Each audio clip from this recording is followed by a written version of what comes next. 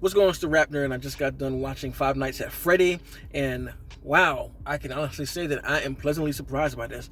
So before I get into how I feel about the movie, premise is this guy named Mike is playing a caregiver to his sister named Abby because their parents passed away.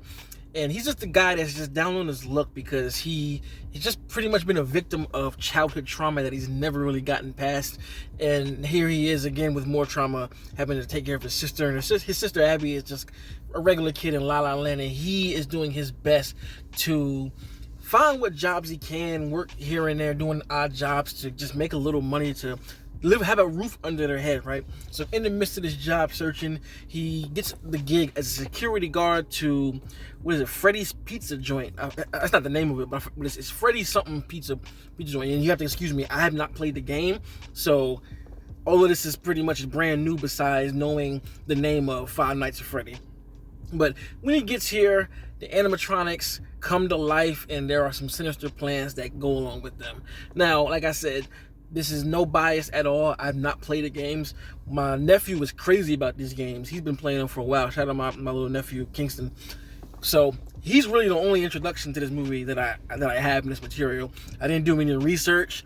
I didn't do anything in regards to looking at what the game is like. So this is based off of the movie alone. And I can say that I really enjoyed the film. It is not nearly as humorous. Let me stop and say that. This is not nearly the movie that I expected it to be. I thought it was going to be like a horror comedy that was kind of lighthearted and had a lot of jokes in it, but it is not that at all. This movie takes itself seriously. It is very dramatic. I'm just really surprised at how dramatic and serious it took itself, and I actually enjoyed it because of that. Now, how that is with the game, I don't know. People who are fans of the game, I don't know how they're going to see this.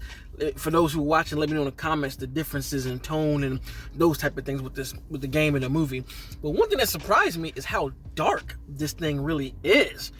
Oh my goodness, like the way the movie opens, just I was taken aback, like whoa, is this what the game is about? Is this source material in the game?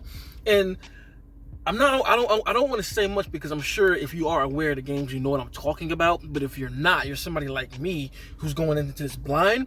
I don't want to reveal that because that aspect of it really pulled me in as a viewer. Like I said, I went in this thing watching it kind of just like, okay, let me see what this Kiddy game thing is about. And it surprisingly was very emotional and heart-wrenching and for the majority of the movie, really, honestly. Like, I am very surprised at that. But the opening sequence lets you know what's going on, and as Mike is going through this film, he's having these flashbacks of that thing that happened in, the past. And I'm like, is this in the game? Because if this is actually part of what the game is, it's a crazy ass game. I don't know if kids should be playing that joint, yo, for real. And even, the more and more he learns, the more sadistic the concept of what's going on gets, and I'm telling you, I am surprised by that.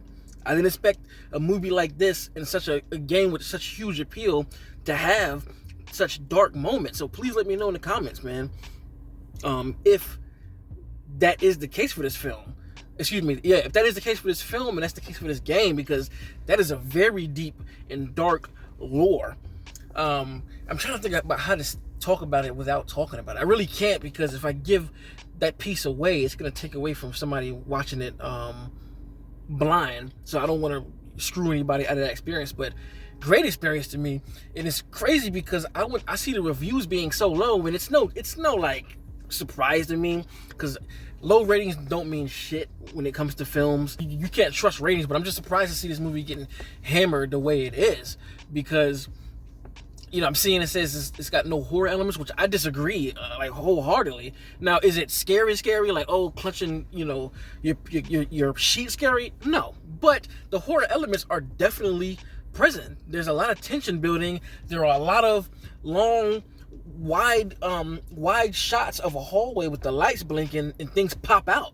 Like, I don't know what people were expecting, because for me personally, as a PG-13 movie with this type of material, and again to be this such big IP, it's pretty dark and it's more brutal than I expected it to be. I mean, people die in here, and when they die, there's some. I mean, they die. Some people like get off. One was so brutal that I found myself going, oh, like I wasn't expecting that at all. So, woof. And what I was gonna say something about the brutality and the imagery as well. There's a lot of imagery in here that's just like, wow, I didn't think it was gonna show that. Again, there's the horror imagery of these animatronics and the things that they do, but it's like the people that they do these things to, it's like, whoa, okay, it's kind of crazy. And they get around it well, because there are some times when you'll see things and they cut away, but it cuts away in like a way that still conveys that level of violence, and that's what really surprised me. You know, people getting cut, stabbed, all kind of stuff, and I was like, this is taking it there. Like, this is leaning more towards like a hard PG-13 opposed to the PG-13 I thought was going to be like, you know, playfully PG-13. Like, Marvel movies to me, for the most part, MCU films really feel like playful PG-13. This one is more along the lines of what's the movie I can think of? I would say it's up the alley of scary stories to tell in the dark. A little, but not all the way there, but it's going that direction of like PG-13. So just putting that out there for those who are thinking about taking kids there. I think this might be a little bit intense for kids that are like grossly under PG-13. Like, I can't imagine how a 7-year-old or something would feel watching this, especially if they've never played the game and they just look at it like, oh, it looks cute. It's a little intense, dog, and it's a little emotional. It's got a good amount of dialogue, and so it's not really a kid's movie. So that's crazy to me that it's not really a kid's movie, because I was wholeheartedly expecting that. Performance-wise, I think everybody did enough. I think Josh Hutcherson, he killed it. I think his performance is what really puts you as an audience member into the film, because he gives so much. He plays to that ideology of somebody being trauma-ridden. Like, you feel that from him, the way he talks, the way he looks, his body language, all of that. Like, you really feel it. And that's it. And everybody else who's in their role and has screen time, they do what they're supposed to do. There are a few cheap things here that it's like, you know, they don't really need to be there, but all in all, I enjoyed myself, and I would definitely watch it again.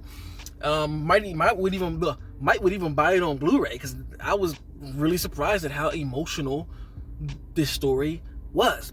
So it got a win for me just because it did that, because I was not expecting that. And that's not to give it pity points, because I definitely believe that those aspects were done really well, and it pulled me and had me into the story. So Five Nights at Freddy, I enjoyed it. Let me know in the comments what you think. If you saw it, if you haven't seen it, go watch it, come back, leave me in the comments, watch this.